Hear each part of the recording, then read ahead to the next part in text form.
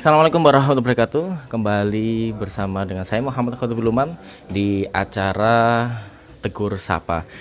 Teman-teman, hari ini kita akan menyapa sahabat saya yang kebetulan alhamdulillah dia mendapatkan beasiswa di Turki, melaksanakan studi di sana. Banyak sekali perjalanan yang telah dilewati sampai akhirnya pada titik di mana keberhasilan telah diraihnya. Di antaranya adalah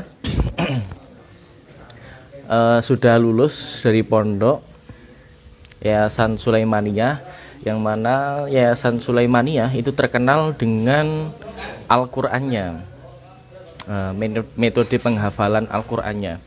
Jadi nanti kita akan menyapa sahabat kita yang ada di Turki, bagaimana keadaan di sana dan ada apa di sana, dan terus nanti bagaimana sistem pembelajarannya, bagaimana proses pembelajarannya, kenapa dia sampai bisa dapat beasiswa ke Turki. Terus sedikit banyak nanti kita akan belajar tentang kejayaan, ya, kejayaan Turki Utsmani, karena ada hubungannya dengan apa yang kita bahas nanti. Oke, saya undang.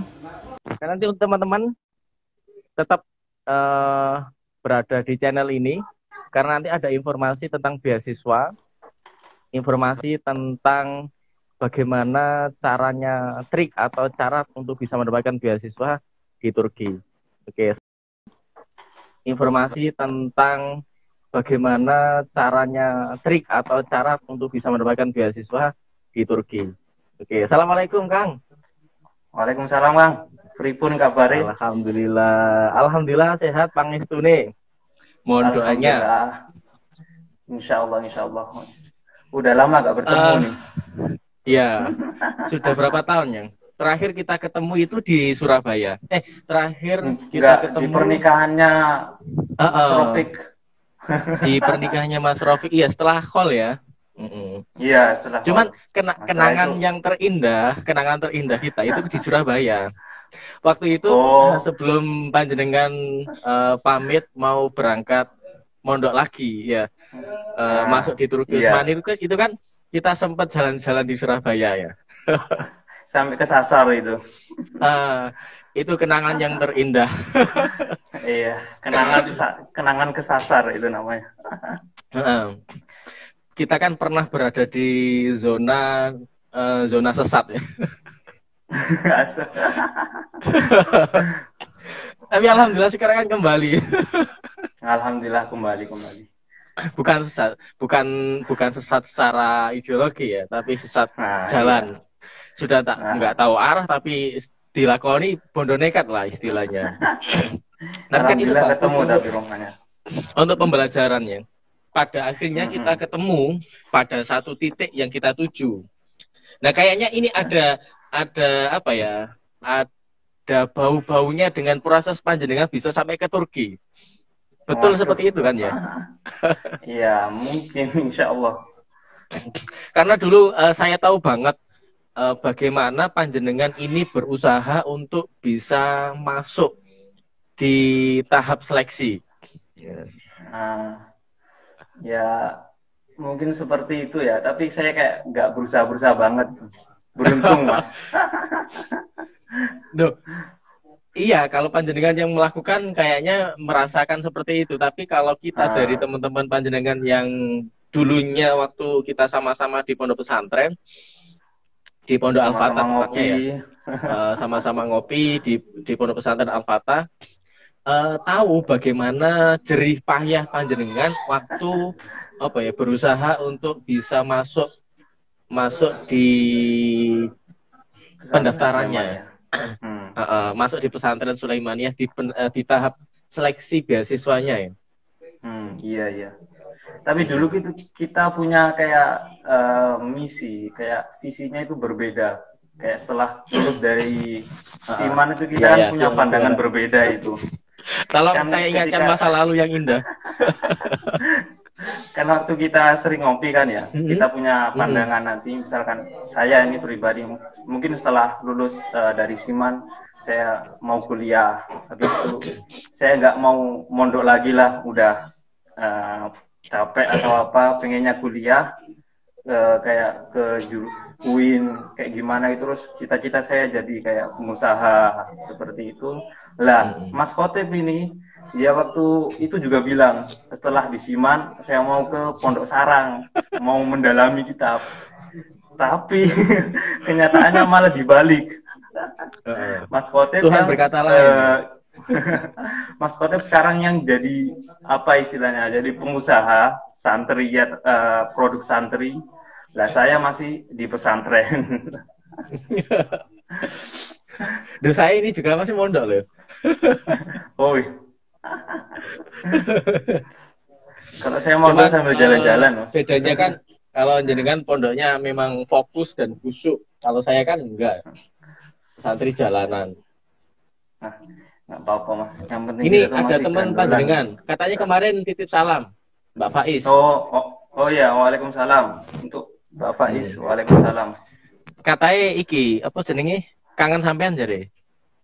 Waduh, Teman waktu Insya Allah. SMA ya? Iya, SMA. Kita kan satu pesantren, Mas ya, tapi beda jurusan. Atau pesantren. Beda jurusan kan. Iya. Sampean di yang program khususnya, saya yang reguler, yang biasa-biasa Hmm. aja. Yang habis sekolah itu langsung tidur.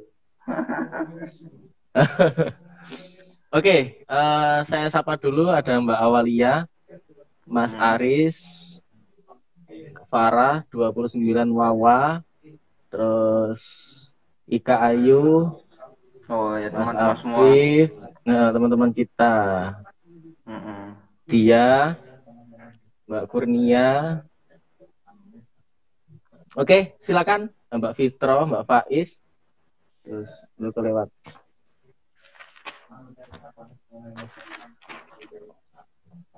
Nah, untuk teman-teman nanti kita akan belajar banyak tentang bagaimana Turki Utsmani ini jaya, kan gitu. Oh. Yang mana pelajaran ini pelajaran sejarah. Pelajaran sejarah itu kan biasanya paling membosankan ya. Tapi kita akan kemas dengan secara aplikatif. Ya, kita akan kemas dengan secara aplikatif. Karena kejayaan Turki Utsmani ini juga kalau saya menyerap itu ada hubungannya dengan kejayaannya Mas Rizky. Nah, mulai dari dulu ketika di pondok pesantren, ya saya tahu banget lah bagaimana beliau berada di pondok, mempunyai komitmen, mempunyai tekad yang kuat, sehingga tidak hanya sekedar mempunyai angan-angan saja, tapi diaplikasikan keinginannya itu, dilakukan, diactionkan, sehingga pada sekarang menuju pada titik kejayaan. Sampai bisa sampai ke Turki. Ini kan suatu hal yang tidak mudah sebenarnya untuk dilakukan oleh yang tidak mudah untuk dilakukan oleh orang-orang yang hanya ingin melakukan hal yang biasa-biasa saja, tidak melakukan hal yang luar biasa. Ketika panjenengan ingin melakukan hal yang luar biasa, maka akan mendapatkan hal yang luar biasa pula. Seperti itu kan Mas ya? Kayaknya ya, seperti itu. Seperti itu. Jadi ingin dari kita belajar dari peradaban kejayaan Turki Utsmani. Ini nanti kita tidak membahas full tentang bagaimana kejayaan Turki Utsmani. Cuman kita nanti lebih banyak kepada pesan-pesan aplikatifnya. Yang mana ini nanti kita aplikasikan kita praktekkan di Mas Rizky-nya yang sudah menjalani proses itu. Insya Allah. Terus Oke, ada Mas, pepatah Turki itu gimana, Mas? seperti ini, Mas. Bahasa Turkinya aja, Mas ya. Nanti sama yang yang bahasa Turkinya. Nanti bisa İnanmak, saya translate. Iya. İnanmak başarmanın yarısıdır. Itu artinya suatu keyakinan itu adalah setengah dari keberhasilan. Maka setiap kita melakukan sesuatu hal, pertama-tama yang kita tancapkan, kita yakin akan kita bisa. Nah, setelah kita yakin kalau kita bisa, insya Allah nanti Allah akan permudah jalan itu. Inan mak basar manen ya reseder. Inamat dasar manan ya reseder. Kalau di dalam ini mah usul fikihnya al yakinu la yuzalu bisyak. Nggih, Setiap sama kan ya? Keyakinan. Nah, iya. Soal keyakinan. Ketika kita mau yakin melakukan sesuatu, insya Allah akan terjadi. Insya Allah, insya Allah. Ngoten nih. Oke. Nah, dari awal saya kayaknya ini teman-teman ingin tahu cerita bagaimana panjenengan awalnya berproses dari pondok pesantren tadi yang sudah kita bahas. Kalau kita punya mimpi, nah mimpi panjenengan jadi pengusaha kok bisa bukan melenceng kan ya? Kok bisa berbeda dengan apa yang jenengan impikan? Kita mulai dari waktu SMA aja Mas ya. Nah, waktu SMA. Nggih. Karena kenangan kita yang terbanyak kan waktu SMA. Nggih. Oh, bentar, di sana siang Mas ya? Nggih, masih jam berapa? Jam 15.49. 15.49. Itu pun masih belum asar loh. Masih duhur. Belum asar ya? Soalnya di Turki ini kalau musim panas itu 17 jam. Dari pagi jam 3, setengah 4-an sampai maghrib itu jam setengah 9 malam. Enak kalau untuk keliling-keliling ke liburan tuh enak. Iya, besok kapan-kapan saya diajak ke sana ya. Insya Allah. Aduh. Tujuan saya juga kan sebenarnya pengen ke sana. Nah, ini salah satu bentuk ikhtiar saya. Ya Allah, moga-moga dengan saya berinteraksi dengan panjenengan ini yang ada di Turki sekarang ini, nanti saya bisa menuju ke sana gitu. Insya Allah. Transfer pikiran lah, energi sana saya serap dan nanti berharap bisa ke sana, bisa belajar lebih dalam tentang Turki Utsmani, tentang kejayaan Islam. Oke, bisa dilanjut, Kang. Tadi saya sambil minum kopi ya. Oke, saya juga minum, tapi minumnya itu minum air. Minum air. Soalnya panas. Sama ini juga air. Bismillahirrahmanirrahim. Assalamualaikum warahmatullahi wabarakatuh. Waalaikumsalam, teman-teman. Sekarang saya berada di nama saya Muhammad Rizky Effendi, biasanya dipanggil Rizky aja. Alhamdulillah saya sekarang belajar studi di Turki di Yayasan Tahfiz Sulaimania. Nah, sebelum saya masuk pesantren Sulaimania, saya satu pesantren dengan Mas Khotib ini di Siman, Pondok Pesantren Al-Fatah. Ketika udah lulus SMA kan ada yang namanya kuliah pilih jalur ya, jalur senam PTN atau apa itu yang itu kan, yang jalur-jalur itu. Saya itu udah daftar di salah satu UIN di Indonesia itu. Udah daftar, insya Allah ya, berharap kalau lulus alhamdulillah. UINSA sama UIN, dua universitas. Udah daftar, insya Allah kalau lulus alhamdulillah. Tapi itu Allah mungkin berkata lain, dibuat cobaan dengan kegagalan. Tapi gak semua kegagalan itu menimbulkan kekecewaan, Mas. Kan ada yang ayatnya itu wa'asa an takrahu syai'a wa khairul lakum wa'asa an tuhibbu syai'a wa syarrul lakum wallahu ya'lamu wa antum la ta'lamun. Bisa jadi sesuatu yang kamu gak suka itu adalah sesuatu yang baik bagimu, dan bisa jadi sesuatu yang kamu sayangi itu adalah sesuatu yang tidak baik bagimu, karena Allah itu maha tahu dan kalian semua itu nggak tahu. Seperti itu, Mas. Mungkin karena di situ kegagalan ya, nggak lulus. Nah, ketika itu kan ada ustadz dari Turki ya, Mas, ketika datang ke pesantren Al-Fatah itu, Itu kan Iya. dua ustadz dari Turki kan mempromosikan pesantren Sulaimaniyah ketika itu. Kita waktu waktu siang kalau nggak salah dikumpulkan kan, dikumpulkan Siang sampai ada sore. apa? Iya, Saya masih siang. punya dokumentasinya. Iya, katanya masih punya fotonya. Masih, insya Allah masih. Ah, Foto-foto pondok ah, dulu kita di pondok kayaknya full masih ada semua.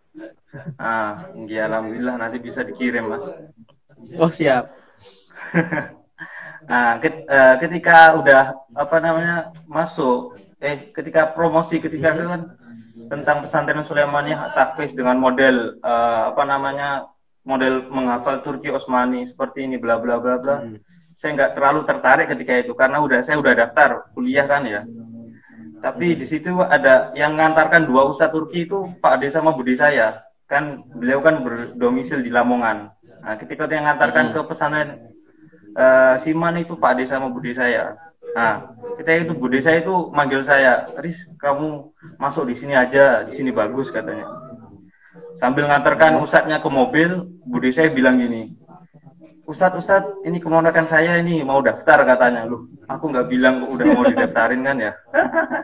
Padahal belum ada minat ya. Enggak, belum. Nggak ada itu sama sekali. Tapi mungkin itu doa ya. Doa-doa Iya, Pak De doa. Budi kan.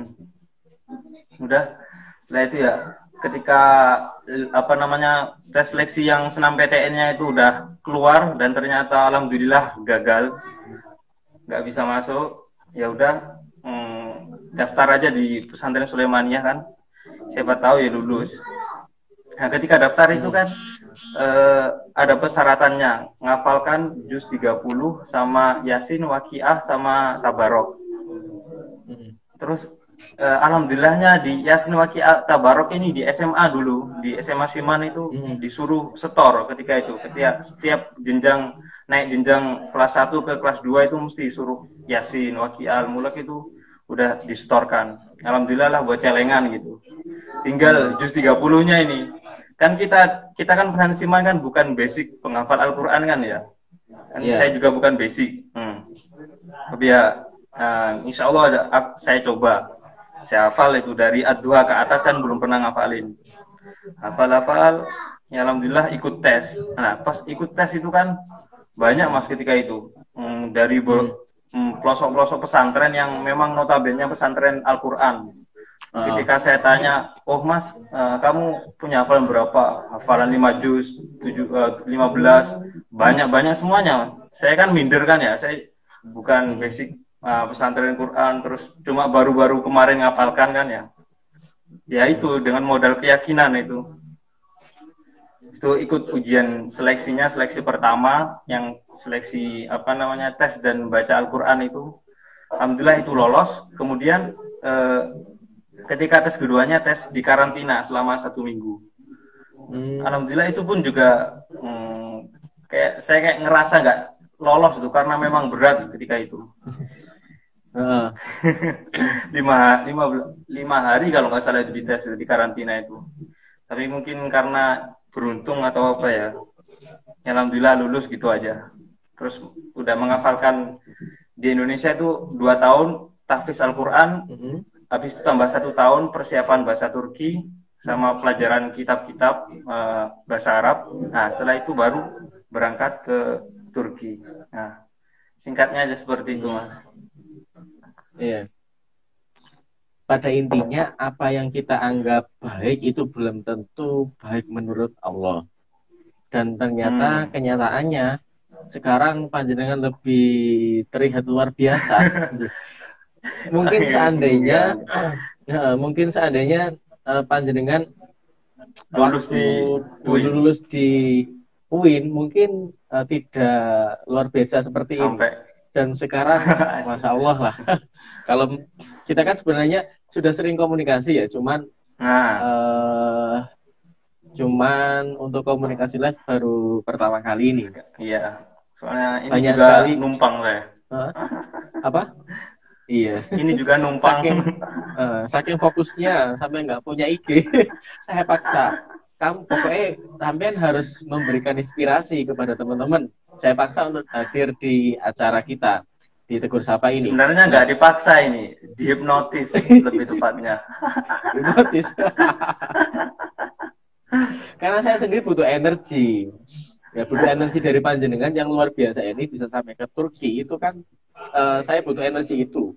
Sehingga ayo harus ikut harus masuk. Harus saya undang di Tegur Sapa agar sama-sama bisa memberikan energi nanti. Nah, sebentar, ini saya sapa dulu. Ada dari studi pendidikan. Ini Masya Allah, barakatuh. Alhamdulillah. Terus ada Mbak Sofi, Masya Allah. Macam-macam siman kabeh, ada Mas Ajis, ada Mbak Hana. Halo semuanya, selamat bergabung. Halo semuanya. Nanti apa namanya bisa jenengan bisa kasih pertanyaan kepada kita dan akan sebisanya kita jawab. Gitu Kang ya. Nah, Insya Allah Kang. Dari awal cerita itu kan dari cerita panjenengan tadi bahwa pada intinya setiap tidak apa yang kita inginkan, tidak semua kegagalan itu bisa menjadikan sesuatu yang baik untuk kita. Tidak semua kegagalan itu bisa menjadikan hal buruk pada kita. Tapi itu bisa menjadi batu loncatan pertama kita untuk menuju keberhasilan. Ya, dan apa yang kita anggap bagus pada kenyataannya belum tentu itu bagus menurut Allah. Jadi apa yang harus kita lakukan ya harus tetap berpikir positif. Kadang-kala kan gini, kebanyakan kita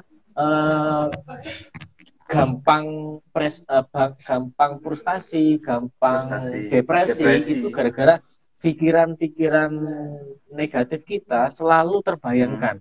Wah, saya sudah gagal tidak masuk di beasiswa di Universitas Harapan. Saya tidak masuk. Berarti saya harus.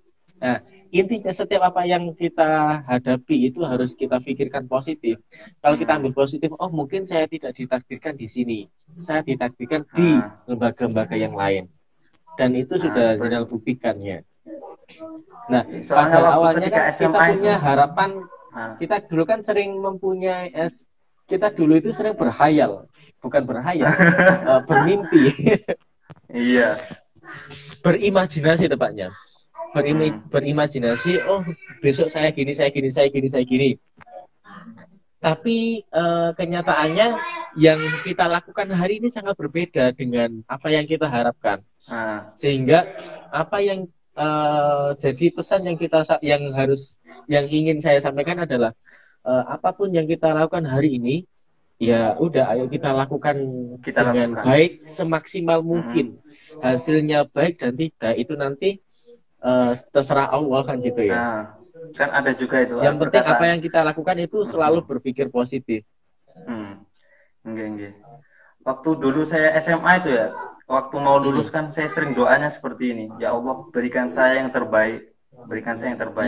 Bukan begini, bukan saya ya Allah berikan saya masuk universitas ini misalkan. Saya nggak pernah seperti itu. Saya langsung istilahnya global. Semuanya global. Saya ingin ya Allah berikan saya yang terbaik untuk masa depan saya. Apapun itu. Alhamdulillah ketika itu ya gagal di universitas tapi masuk Saint Suleimania dan sekarang alhamdulillah di Turki gitu. Pokoknya ketika kamu berdoa itu jangan istilahnya kayak ya Allah jadikanlah dia jodohku gitu. Saya kayak memaksa nanti takutnya nggak sesuai harapan kan, waduh bahaya Mas. Di saat ini menarik, di saat harapan pertama gagal maka carilah harapan selanjutnya. Gitu ya. Enggak. Oke, kita jangan baper-baperan hari ini.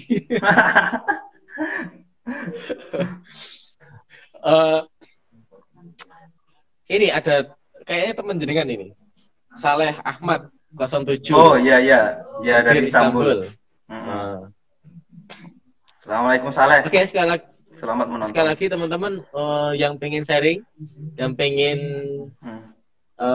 mempunyai unek-unek pertanyaan dan sebagainya, boleh nanti jenengan ketik saja. Hmm. Hmm. Nah, hubungannya dengan apa namanya kejayaan Turki Utsmani itu kan Hmm. eh, ada hal yang luar biasa di dalam apa yang hal yang luar biasa yang dilakukan oleh beliau sehingga ada mengalami kejayaan.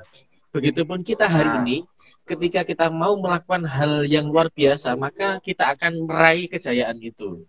Nah, kira-kira Hmm. eh, menurut panjenengan bagaimana sejarah Nah, sejarah yang sejarah sejarah kenapa dinasti Turki Tur. Utsmani Hmm. dinasti Turki Utsmani dihadiahi kalau dalam sejarahnya kan dihadiahi 100 abad 6 100 tahun ya 600 6 lebih 600 tahun lebih kejayaan. kekuasaan.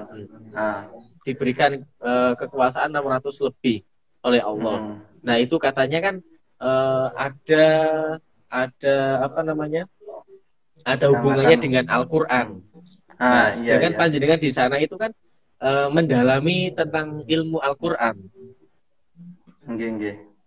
Pripun niku? Nah, eh, bicara dengan berdirinya dinasti Utsmaniyah itu memang dikarenakan ini sebuah dinasti yang besar.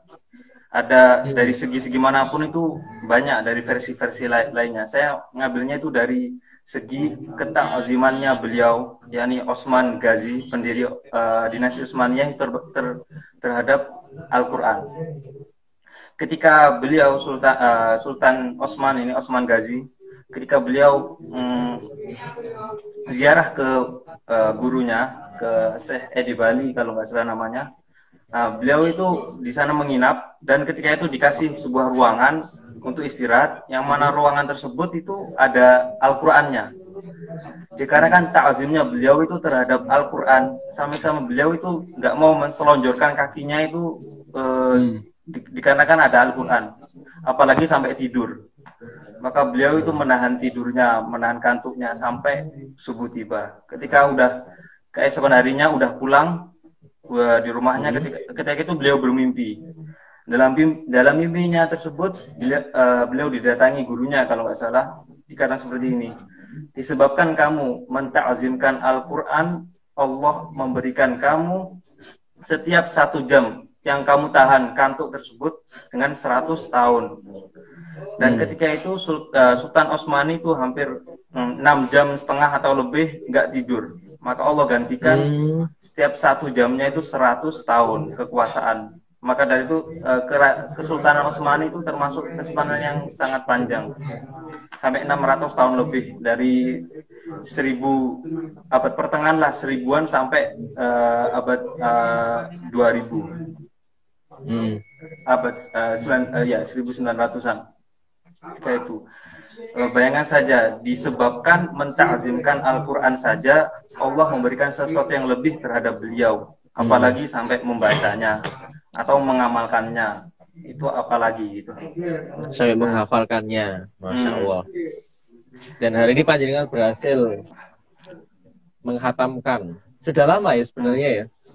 Iya. Terus kita di Turki juga belajar kitab-kitabnya kan, kalau tafiznya itu di Indonesia. Oh, berarti di Banyak. Turkinya itu perbanyak mendalami kitab-kitabnya, tafsir-tafsir itu ya. Kalau Lebih fokus ke di apa hafalan itu namanya? di Indonesianya ya. Di Indonesia. Kalau di Turki fokus apa kitab-kitabnya, fokus nahwu sorof seperti itu. Waktu di Indonesia berapa tahun? Dengan berapa Ketika itu lama ini menghafalkan hampir 2 Al-Quran? tahun. 2 tahun. tahun mungkin, insya Allah. Iya, 2 tahun. Itu 2 karena tahun setelah di situ pakai apa namanya? Pakai metode Turki Utsmani. Itu ya, kalau di bagaimana? Indonesia kan metode. Ini kayaknya yang ditunggu-tunggu teman-teman ini. Metode Kalau penghafalannya. Kalau metode di Indonesia kebanyakan santri itu diharuskan menghafal dari surat Al-Fatihah sampai An-Nas, urut gitu. Tapi kalau di apa namanya, metode Turki Utsmani itu menghafalnya itu dari halaman terakhir setiap juz. Seperti kalau di juz 1, misalkan halaman terakhir waqalu kunu hudan. Nah, itu dihafalkan. Setelah store ke ustadznya, nggak langsung di juz 1, langsung diloncat ke juz 2, tapi halaman yang terakhir.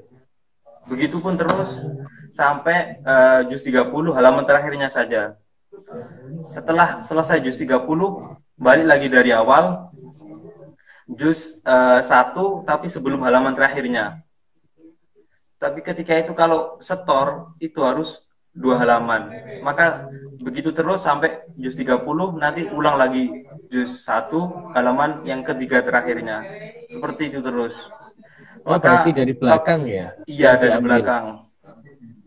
Maka kalau dibuat seperti itu, santri itu seperti kayak nggak bosan gitu. Kadang kalau dari awal Al-Fatihah sampai Anas kadang udah sampai 5 juz kok masih lama, kan bikin yang seperti itu kok gitu. Tapi kalau yang ini enggak, kayak setiap nambah-nambah itu ada tantangan tersendiri gitu.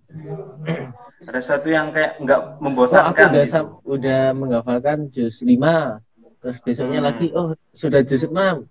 Oh, sudah juz 30 gitu ya.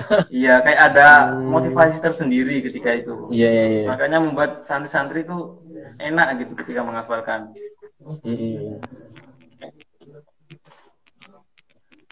Terus apa namanya?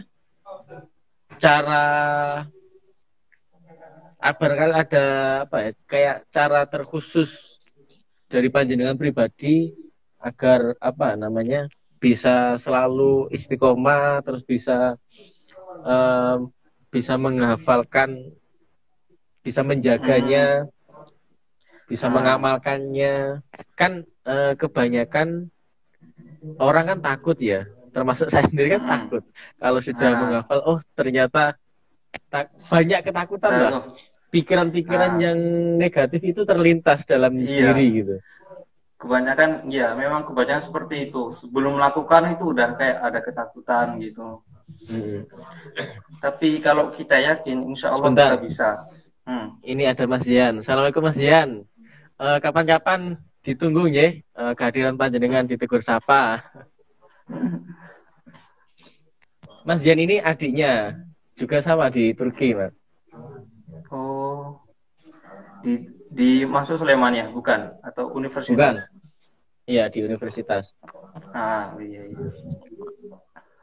Nah, kalau memang kalau setiap manusia kan al-insan mahal khata' wa nisyan. Memang manusia itu tempatnya salah dan lupa. Kayak kelupaan itu sesuatu yang wajar, tapi bagaimana cara menginisiatifkan kelupaan tersebut sebagai sesuatu yang memotivasi. Misalkan ketika kamu lupa hafalan, kamu akan berpikir, siap, Mas. Dikarenakan aku lupa, makanya aku harus mentakrirkannya, mengulanginya lagi. Makanya kalau dikasih lupa, malah ada teman saya kalau ditanya, kalau dikasih lupa gimana? Alhamdulillah kalau dikasih lupa. Karena dengan dikasih lupanya itu, dia itu bisa malah semangat mengulangi hafalannya. Tapi kalau udah lancar semua itu malah nggak mau ngaji biasanya, santai-santai. Tapi kalau dikasih kayak lupa, kan memang manusia kan tempatnya lupa dan salah. Kalau kasih lupa itu jadikan sebuah motivasi. Mungkin Allah kasih aku lupa biar bisa terus ngaji. Seperti itu. Iya, jadi ekspornya itu tinggi gitu lah ya. Iya. Tidak apa ya, istilahnya mengentengkan usahanya itu, apa namanya, lebih digetelkan sehingga hafalannya semakin tajam gitu.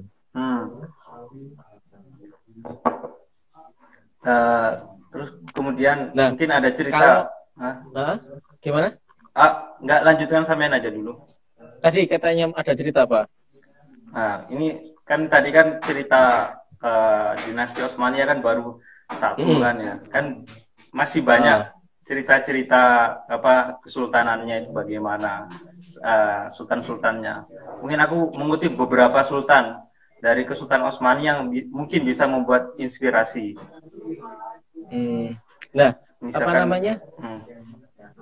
Yang tadi kan ini cerita tentang dinasti Turki Utsmani, kejayaan Turki Utsmaninya itu kan tadi yang pertama ini kan di bidang Al-Quran ya, karena beliau menghormati Al-Quran sehingga alhamdulillah sampai diberikan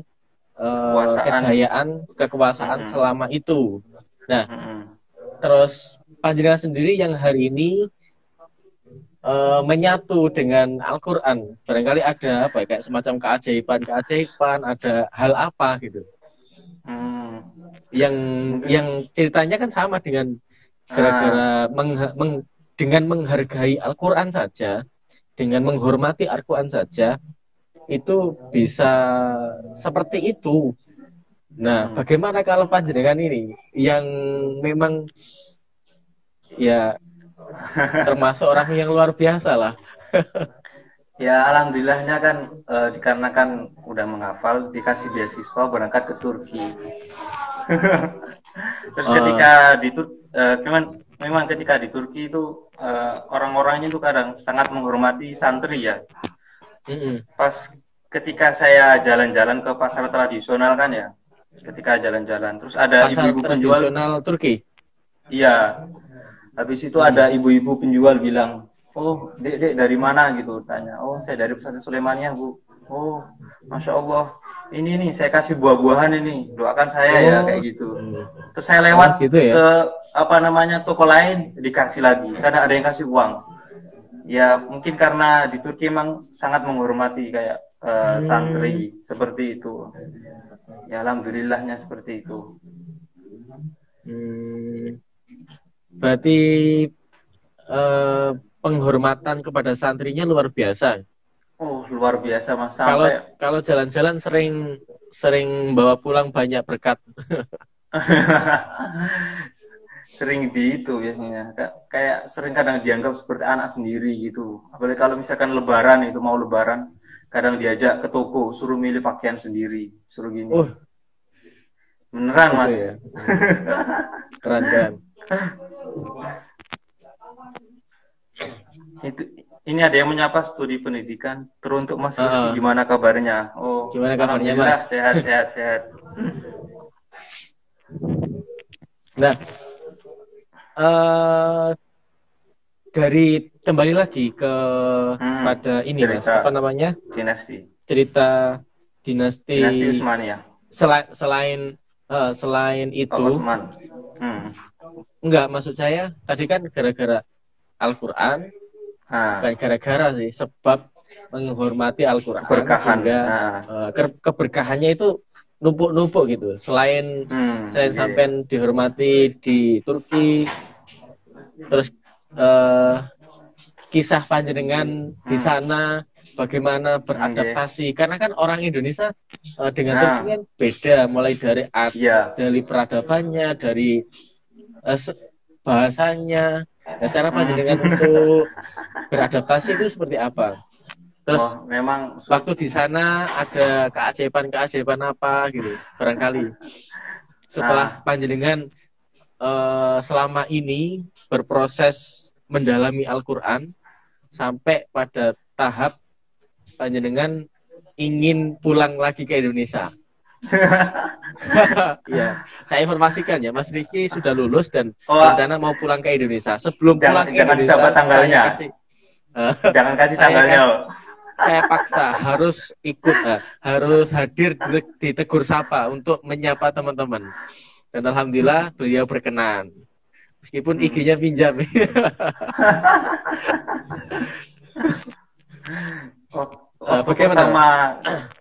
Pertama kali di Turki itu memang kayak bener-bener kayak orang baru lahir gitu, harus kayak dari bahasa itu nol, maksudnya kurang bisa. Habis itu dari bahasa isyarat pun, makanan semuanya berbeda.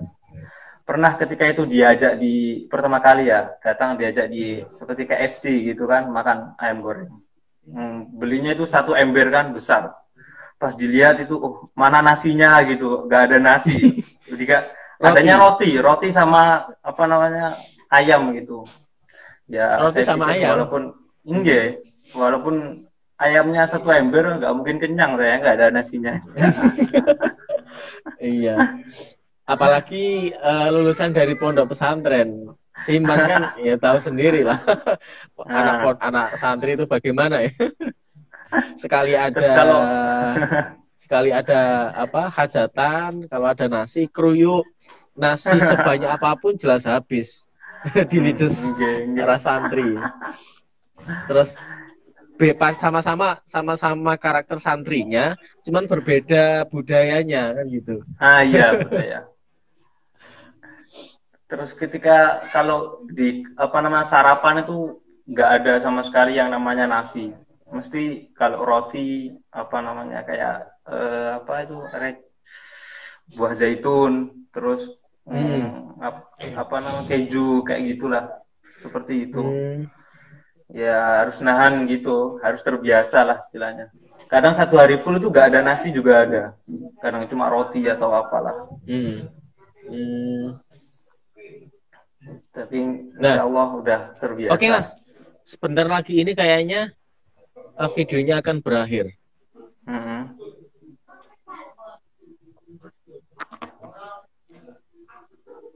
Oke, mungkin langsung pada informasi beasiswa. Informasi. Ini Oh ya. yang ditunggu-tunggu kayaknya. Waduh.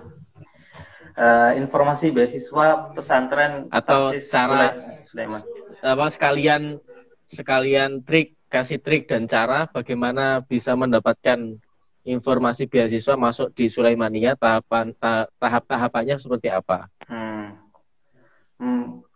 Di pendaftaran pesantren Sulaiman itu ada dua gelombang, gelombang pertama sama gelombang kedua. Gelombang pertama itu lebih ke tes lisan sama bacaan, tes bacaan dites sama ada interview sedikit lah. Kemudian kalau gelombang dua itu lebih di karantina, biasanya 4 atau 5 hari itu. Hmm. Kalau di gelombang pertama itu tesnya itu, kalau zaman saya dulu itu memang Yasin, Waqi, Al-Mulk sama Juz Amma. Nah, tapi kalau yang Hmm. sekarang mungkin agak berbeda.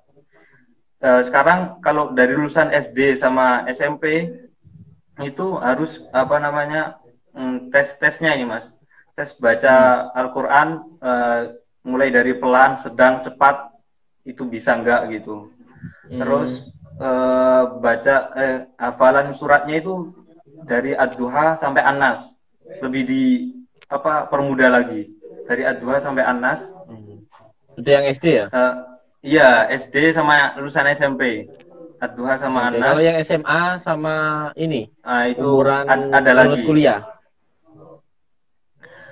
Kalau yang SD sama dua Anas, kemudian ada tes tajwidnya itu, nah, sama Hmm. tes tidak merokok nanti, ada kayak tes Oh, kesehatan tidak mungkin. merokok. Tidak boleh rokok nih ya Alhamdulillah. di sana. Oh nggak boleh, nggak boleh. Hmm. Alhamdulillah udah nggak, memang nggak merokok dari pesantren dulu. Iya. Kemudian dari kalau lulusan SMA, kalau saya dulu kan Hmm. masih sama, tapi kalau sekarang agak sulit dikit. Kalau lulusan SMA itu harus Hmm. hafal 30 juz full. Kalau dulu kan cuma Hmm. juz 30. Kalau Iya, sekarang itu lulusan SMA itu harus hafal 30 juz. 30 Sekarang juz ya. seperti itu. Sama maksimal usianya itu 19 tahun. Hmm. Di atas 19 tahun jadi nggak bisa ya. Iya, kayaknya nggak bisa. Hmm. Eh, kemudian kalau di Indonesia itu kan ada masa pra-tahfiz, yaitu sebelum tahfiz mungkin kayak latihan baca-baca cepat, sedang, terus pelajaran tajwid kayak gitu. Terus pas tahfiznya itu mungkin dikasih waktu 2 tahun atau 1 tahun itu. Ketika Hmm. udah selesai masa tahfiznya itu ada masa persiapan. Persiapan mau ke Turki, seperti belajar bahasa Arab kayak nau sorof, habis itu belajar Hmm. bahasa Turki. Kalau nau sorofnya ini kan kalau kita kan ikut istilahnya seperti pendidikan Turki Osmani zaman dulu, yaitu Hmm. ikut ulama Basroh. Kalau Indonesia mungkin Kufah. Kufah. Ini cara kayak mentasrifkan sorofnya itu agak beda dikit nanti, tapi intinya Hmm. sama ketika itu. Hmm. Nah, setelah udah persiapan 1 tahun, setelah lulus, nah, baru itu berangkat ke Turki itu 3 tahun. Tahun pertama main belajar kitab nahwu seperti kitab Kafiyah Ibnu Hajib, kemudian ada pelajaran nahwu, terus fikih, kemudian kayak akidah seperti itu, kayak ilmu mantek. Terus di keduanya, di tahun kedua itu pun sama ya, ada nahwu sorof, nahwu sorof, fikih sama akidah, usul fikih juga ada. Kemudian yang tahun terakhir itu memang ada usul fikih, usul hadis, kemudian ada ilmu faraid juga ada di tahun terakhir. Nah seperti itu. Setelah itu udah lulus. Setelah lulus ini kita ditempatkan. Nanti kalau kita lulus nanti akan ditempatkan di tempat-tempat pesantren Sulaimaniyah sendiri. Karena pesantren Sulaimaniyah itu termasuk pesantren mandiri lah, yang menggunakan sumber daya manusianya itu dengan sendiri, pakai sendiri. Kayak dia dari santri untuk santri, belajar di sini udah selesai, yaitu ngabdi di sini. Karena cabangnya bukan hanya di Indonesia saja, di 160 negara. Itu baru negaranya. Terus setiap negara itu mungkin ada ratusan. Iya, baru negaranya. Kalau di Turki pun udah tahu, Jawa Timur, ini ada Jawa Surabaya, Timur, Lamongan, Surabaya, Lamongan, Gresik, kemudian Tuban, Pasuruan. Tuban katanya mau dibuka, saya dengar-dengar. Jember, Sumeneb.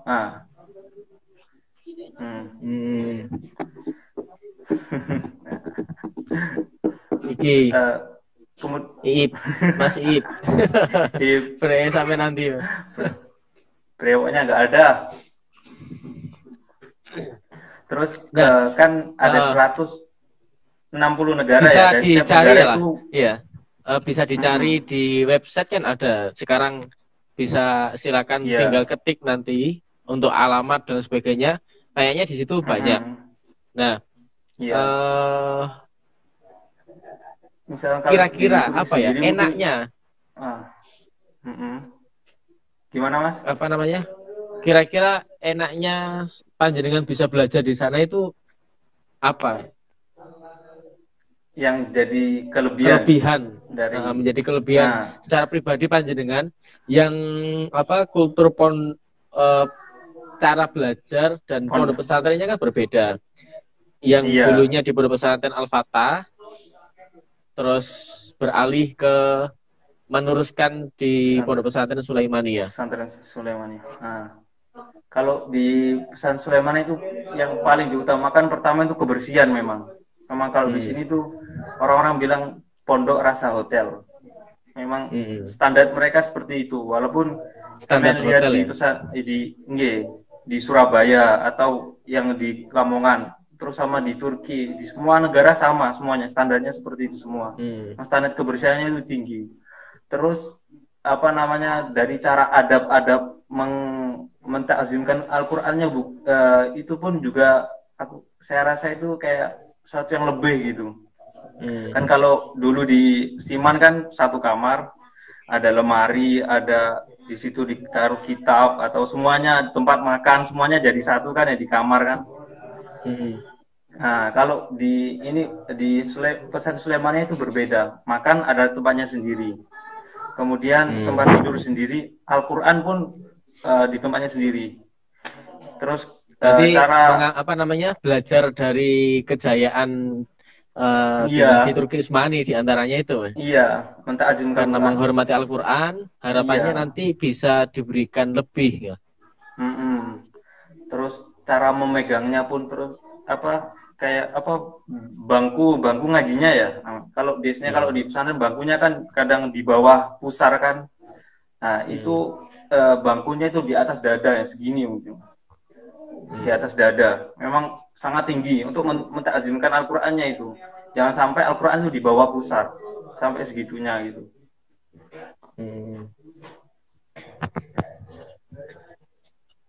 Intinya kan setiap pondok pesantren itu mempunyai kelebihan dan kekurangan masing-masing, mempunyai karakteristik dari pondok pesantren masing-masing.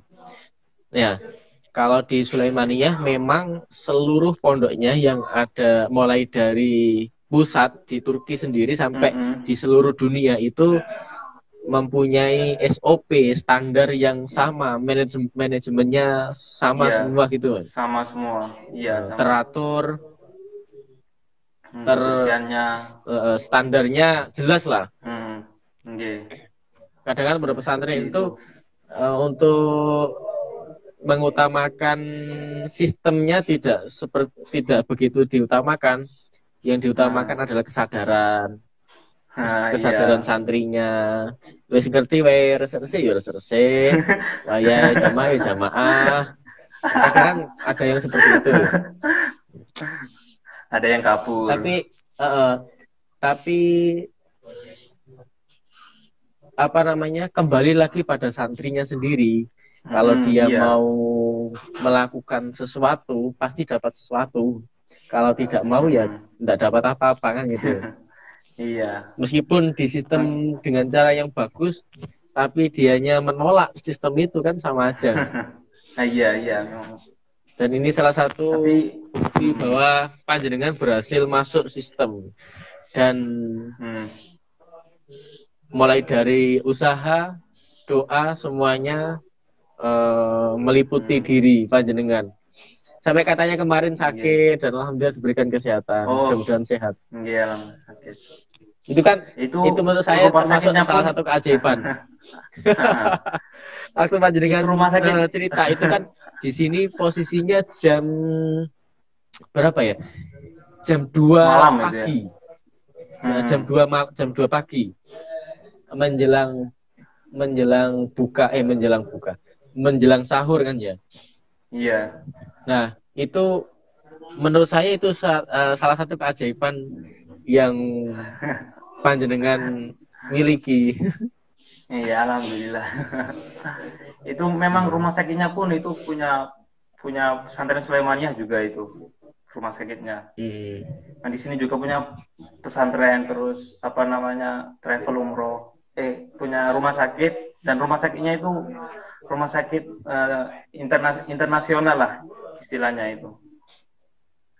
Hmm. Bertaraf karena ketika saya sakit itu kan Mas ya, kan di sana ada Hmm. dokter ya, dokter mata. Beliau itu sangat baik. Setiap pagi tuh kayak jenguk saya kan ya, dijenguk Rizky, bagaimana kabarnya, terus dikasih air zam-zam, didoakan kan. Kayak gitu, kayak menghormati santri gitu. Dan kalau dokter mata itu ketika kedatangan pasien, mesti dokternya itu mentausiahkan untuk apa, menjenguk santri-santri yang lagi sakit. Mesti seperti itu. Makanya Hmm. waktu saya sakit itu banyak yang datang kan. Kadang ada yang dari Jerman. Gak tahu tamu dari mananya, dari Jerman, dari Belanda. Kayak sakit, minta doanya biar kasih apa namanya rezeki atau apa seperti itulah di itu, terus Hmm. lumayan kasih salam template, euro atau apalah Hmm. seperti itu. Iya, iya. Berarti banyak ya Memang kisah yang iya. menarik yang pernah jenengan alami di sana. Hmm. Keren. Saya Terus kita tunggu kehadirannya di Indonesia. insya Nanti Allah. kita ngopi. Masih doyan kopi nggak sih? Kalau di sini, kalau di Turki tuh orangnya kebanyakan itu ngeteh Mas daripada Ngeteh ngopi. ya. Enggak, ngeteh. Oh, Kopi pun ada, iya. tapi rasanya tuh beda gitu, Mas. Masih enak punya Indonesia kok.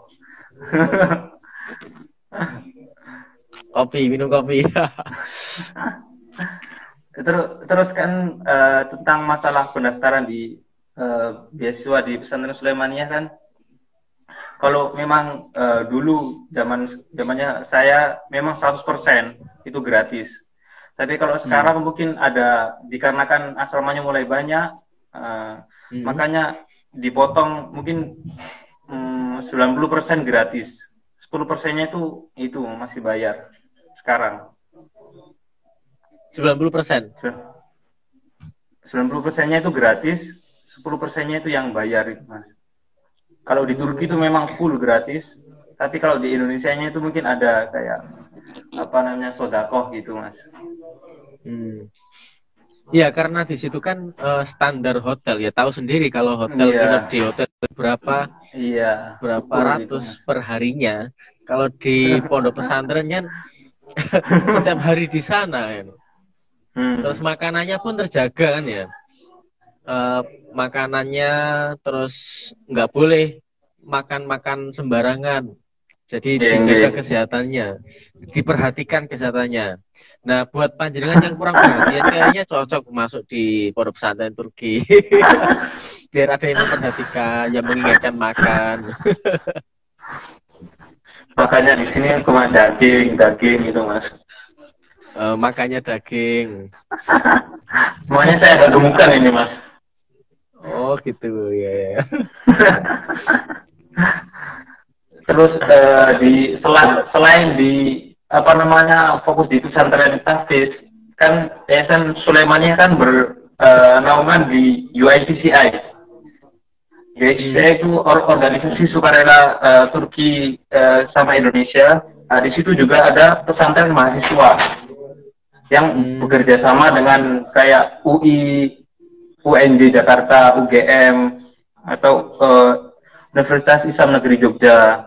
Nah, di situ kita tuh ada asrama mahasiswa khusus mahasiswa sambil kuliahnya itu di kuliah kayak di negeri di situ di sekitar situ, tapi sorenya itu balik ke asrama.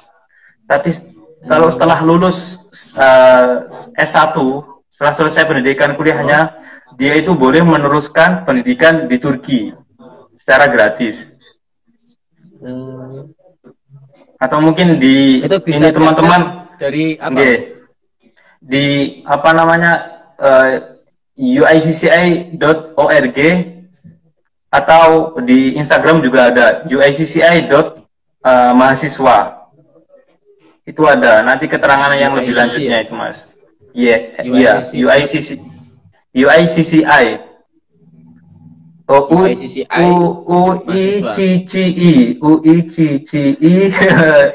UCCI. Iya, nggih. UICCI. Sampai lupa bahasa Indonesia.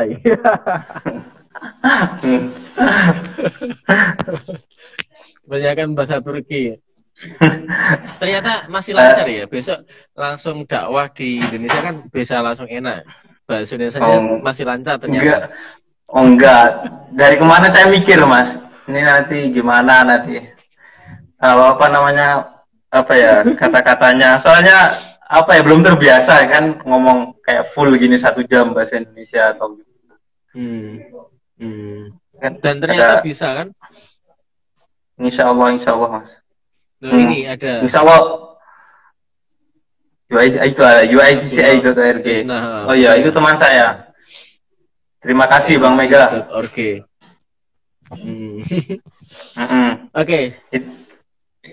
Terus bisa teman-teman yang ingin mendapatkan beasiswa di Turki ya, atau adik-adiknya yang masih lulus SD, lulus SMP, atau SMP, atau lulus SMA, bisa silakan didaftarkan. Iya. Terus kalau di ijazahnya, kalau kan yang masuk kan lulusan SD sama SMP. Di Sulaimaniyah juga udah sistemnya muadalah, Mas, seperti kayak di Lirboyo sama Gontor itu. Nanti ijazahnya udah setara. Nanti kayak PK itu, Mas, yang kayak programnya yang sampean itu program khusus, ada kayak pelajaran sekolahnya nanti entah seminggu sekali atau berapa gitu. Masih ada pelajaran sekolahnya. Sekarang yang karena kan ikut sistem muadalah itu. Era sekarang kan yang penting skill. Untuk masalah ijazah kan enggak, tapi kadang malah perlu sih. Karena hidup di Indonesia. Oke, kembali lagi kepada sejarah tadi, Mas ya. Biar kita ada isinya. Selain menghormati Al-Quran, barangkali ada lagi apa yang dilakukan oleh Turki Utsmani, oleh kerajaan Turki Utsmani, yang sekarang viral ternyata apa namanya, di Indonesia, sampai Indonesia ini apa namanya, filmnya